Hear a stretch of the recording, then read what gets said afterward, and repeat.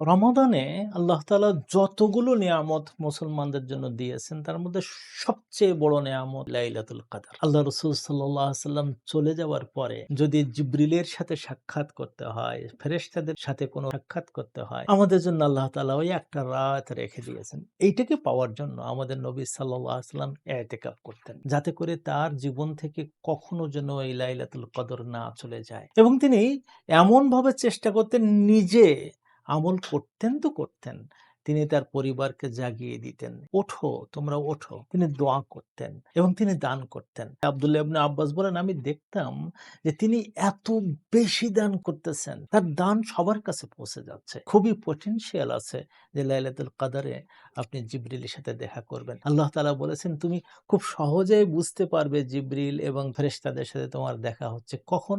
সালামুন হিয়া হাত্তা মাতলাইল ফাজর। আপনি বুঝতে পারবেন যখন আপনার ভিতরে একটা আনন্দ, একটা প্রশান্তি, একটা সালাম, একটা শান্তির অবস্থা মনের ভিতরে তৈরি হবে। এই মুহূর্তটাকে অর্জন করার জন্য চেষ্টা করা দরকার রমাদানের শেষের ১০ দিনের বেজোড় রাতগুলোতে।